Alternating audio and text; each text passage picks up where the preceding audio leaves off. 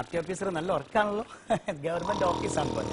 നോക്കി മൊലാളി ആർടി ഓഫീസറെ, അസ്സലാം വലൈക്കും. നമസ്കാരം. അതായാലും മതി. ഞാൻ ഇത് ഇവിടെ കൊടുക്കണ സാധനം മേടിക്കാൻ വന്നേനി. എന്ത് സാധനം? ഇവിടെ വണ്ടി ഓടിക്കുന്ന ആൾക്കാർക്ക് ഒരു സാധനം കൊടുക്കൂലേ? അതിന് പേരുണ്ട്. ലൈസൻസ്. ലൈസൻസ് കൊടുക്കുന്ന സ്ഥലം. എന്താ കാര്യം? ഞാനേ വണ്ടിയിൽ വണ്ടിയിൽ ഇങ്ങനെ പോവേനെ. അപ്പൊ ഇങ്ങനെ പള്ളിന്റെ വളവിലെത്തിയപ്പോ ഒരു പോലീസുകാരൻ ഇങ്ങനെ ലിഫ്റ്റ് വെച്ചായിരിക്കും. ഞാനതാ വിചാരിച്ചേ, ലിഫ്റ്റ് വെച്ചേക്കുന്നത്. നിർത്തി കൊടുത്തു കയറിക്കോളിന്ന് പറഞ്ഞു പോലീസുകാരനോട്. അപ്പൊ എന്നോട് ഇറങ്ങടാന്ന്, എടാ പോടാന്ന് ഞാനെന്റെ ഇറങ്ങി കൊടുത്തു.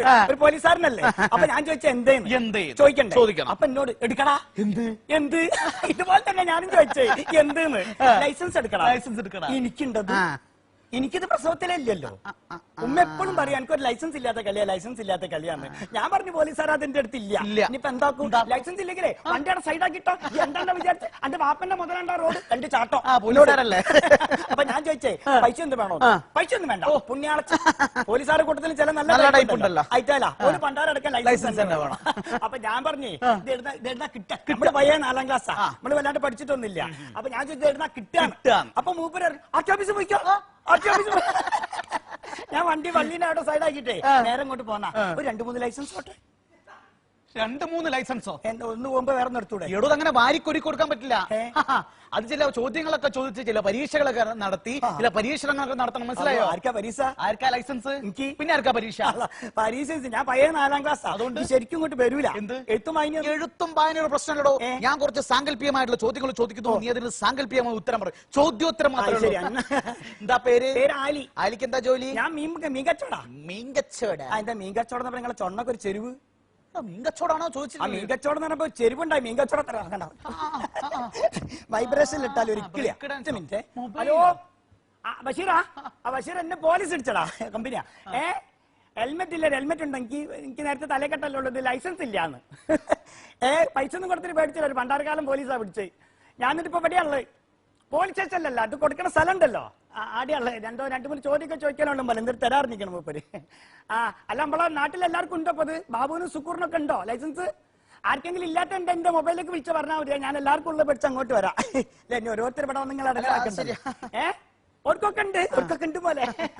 എന്നാലേ ഈ കടപ്പുറത്തേക്ക് വിട്ടോ എനിക്കൊരു കൊട്ടം മത്തി എടുത്താൽ ഞാൻ അങ്ങോട്ട് വരാം. ഇൻഷാ അല്ലാ. കളി എന്തായി? സച്ചിൻ ഔട്ടായി.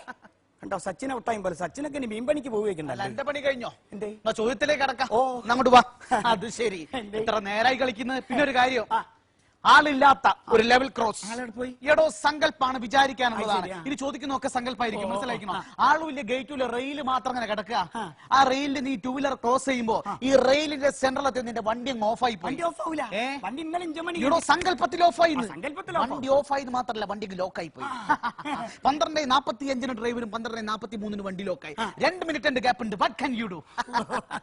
അല്ല, ഈ വണ്ടി ഓഫാലൊക്കെ സാധാരണ വണ്ടി ഓഫായി കഴിഞ്ഞാൽ സാധാരണ നമ്മൾ എന്താ ചെയ്യുക? എന്താ ചെയ്യുന്നോട് ക്ലച്ചും കൂടി പിടിച്ചിട്ടേ ഇങ്ങനെ ഉന്തിയൊരു ഭാഗത്ത് ക്ലച്ച് പിടിച്ച് ഉന്തിയൊരു ഭാഗത്ത് കൊണ്ടുവെക്കാൻ പറ്റില്ല. ഞാൻ പറഞ്ഞില്ലേ വണ്ടി ലോക്കായി പോയി. അപ്പൊ എനിക്കൊന്നും ചെയ്യാൻ പറ്റില്ല. ഇത് ചെയ്യാൻ പറ്റും. എന്നോടാ ചോദിക്കുക. അങ്ങനെയാണെങ്കിൽ നാട്ടിൽ പോണ്ടി വരും. വണ്ടി ഇവിടുന്ന് ലോക്കാണ്. വീട് ഏകദേശം ഒരു 8 കിലോമീറ്റർ ഉണ്ടാവും. 8 കിലോമീറ്റർ. അടുപ്പ് ശശിനെ വിളിക്കും. വണ്ടിക്ക് എന്ത് കുഴപ്പം വന്നാൽ ശശിന്റെ അടുത്താ കൊടുക്കുക. ഓൻ കണ്ടീഷനായി പണിയെടുക്കും. ശശിനെ വിളിച്ചോണ്ട് ഞങ്ങൾ നന്നായി ചായ ഒക്കെ കുടിച്ച് രണ്ടാം കൂടി വന്ന് ആക്കം പോലെ വണ്ടി എടുത്ത് പോയി കുളിച്ച് കിടന്നുറങ്ങി ഭാര്യക്ക് ഒരു ഉമ്മയെ കൊടുത്തിട്ട് പോരുകയാണ്. അപ്പോഴേക്ക് വണ്ടി കൊണ്ട് എന്റെ വണ്ടി അങ്ങോട്ട് പോടോ. ഏത് വണ്ടി? നമ്മുടെ വണ്ടി. നമ്മളെ തീവണ്ടി. നമ്മളെ ഇന്ത്യൻ റെയിൽവേന്റെ തീവണ്ടി. ഇന്ത്യൻ റെയിൽവേന്റെ തീവണ്ടി. അതുകൊണ്ടാണ് ഞാൻ എത്ര ഉറപ്പായിട്ട് പറഞ്ഞു. ഇന്ത്യൻ റെയിൽവേന്റെ തീവണ്ടി അറിയ സമയത്തിന് വന്നിട്ടുണ്ട്. പക്ഷേ ഇന്നലെ പറിച്ചു വന്ന് 4 മണിക്കൂർ ലേറ്റ് ആണ്.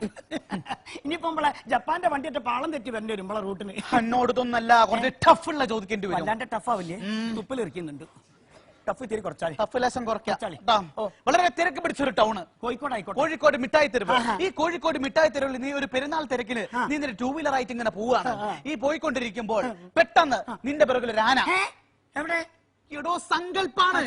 ഒരാന നിന്റെ വണ്ടീന്റെ ബാക്കിൽ മതൊക്കെ പൊട്ടിട്ട് ഇങ്ങനെ ചിന്നൊക്കെ വിളിച്ചിങ്ങനെ തൊട്ടില്ലാന്ന് പറഞ്ഞു വരിക. എന്ത് ചെയ്യുന്ന ചോദ്യം? ഞാനോ? ആന മതം പൊട്ടിട്ടൊക്കെ. ആന മതം പൊട്ടി വരിക. ഞാൻ ചോദിക്കട്ടെ, നിങ്ങളാണ് എന്താക്കും? ഞാനാ എന്റെ അല്ല നിന്റെ ബുദ്ധി പരിശോധിക്കാനാ. ആനയായതുകൊണ്ടാ മുട്ടായിത്തേര് പോയി പോയി. അല്ല ഞാൻ ചോദിക്കട്ടെ, ഈ പെരുന്നാത്തിരക്കിനുള്ളിൽ മലയാളി ഇപ്പൊ എന്റെ ഒരു 2 വീലർ മാത്രമൊന്നുമല്ലോ. എന്റെ തന്നെ പണ്ടാരടക്കാൻ ഈ ആന എന്റെ പുറത്ത് തന്നെ എങ്ങനെ വരുന്നത്? അതിന് വേറെ 2 വീലറൊക്കെ ശരിയായിട്ട് ചോദ്യത്തിലേക്ക് കടക്കുക. ലൈസൻസ് തരണോ തരണോ തീരുമാനിക്കേണ്ടി വരും. ശ്രദ്ധിച്ച് കേട്ടോളൂ. വയനാട് ചുരം ഇവിടുന്നൊക്കെ പോയോ? എടോ വയനാട് ചുരം സങ്കല്പാണ്. ആ, ശരി. മനസ്സിലായോ? ആ. ഈ വയനാട് ചുരം ഇറങ്ങി നീ നിന്റെ കാറിൽ ഇങ്ങനെ വയനാട് ചുരം ഇറങ്ങി വരിക. അല്ല കാറോ കാറ് ആ. ടൂ വീലർ ഒക്കെ പോയി. സങ്കല്പാണ്.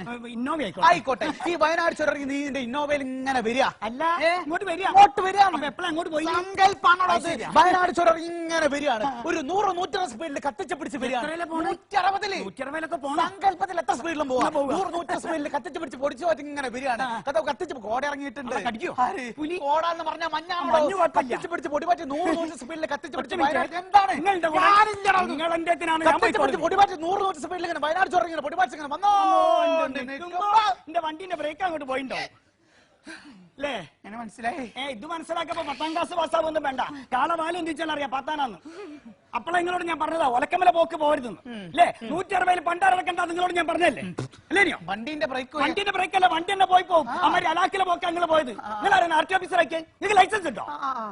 വണ്ടിന്റെ മിണ്ടരുത്. ഇനി അഥവാ വണ്ടിന്റെ ബ്രേക്ക് പോയാലേ പുല്ലിക്കൂടത്തിലൊക്കെ വായത്തോട്ടുണ്ടാവൂലേ? ഇനിയിപ്പോ എന്താക്കൂ? ചോദിക്കാം. അതാണ് നല്ലപോലെ ഇന്റർവ്യൂല് വന്നുകൊണ്ടിരിക്കാൻ മനുഷ്യ അതിന്റെ ഇടയ്ക്ക് ബ്രേക്കും പോയി നിൽക്കുന്നുണ്ടല്ലോ. വെട്ടിയുണ്ട പന്നി നിൽക്ക് നിൽക്കുക. ഇത് അവസാനത്തെ ചോദ്യം. ഇതിലേക്ക് കിട്ടുമോ? തീരുമാനിക്കൂ. തരണോ തരണേ തീരുമാനിക്കുള്ളൂ അല്ലേ? ലൈസൻസ് എനിക്ക് കിട്ടുമെന്ന് തോന്നുന്നില്ല. ഉത്തരം ഞാൻ പറഞ്ഞു പറയാം. വയനാട് ചുരത്തിന് ഇന്നോവ കാർ ബ്രേക്കില്ലാണ്ട് ഇങ്ങനെ വന്നോണ്ടിരിക്കുകയാണ്. 160 സ്പീഡിൽ ഇങ്ങനെ സങ്കല്പത്തെ ഇങ്ങനെ വന്നോണ്ടിരിക്കുന്ന എന്റെ കാറിന് പെട്ടെന്ന് ബ്രേക്ക് വന്നു. എന്താ വന്നാല് മിണ്ടരുത് പറഞ്ഞു കഴിഞ്ഞില്ല. ബ്രേക്ക് വന്നപ്പോ ഞാൻ കൂളായിട്ട് ബ്രേക്ക് അവിടെ ചവിട്ടി. വണ്ടി കൂളായിട്ട് അവിടെ നിന്ന് ഞാൻ ഡോർ അടിച്ച് ഞാൻ ഡോർ തുറന്ന് ഞാൻ കഴിച്ചില്ലായി.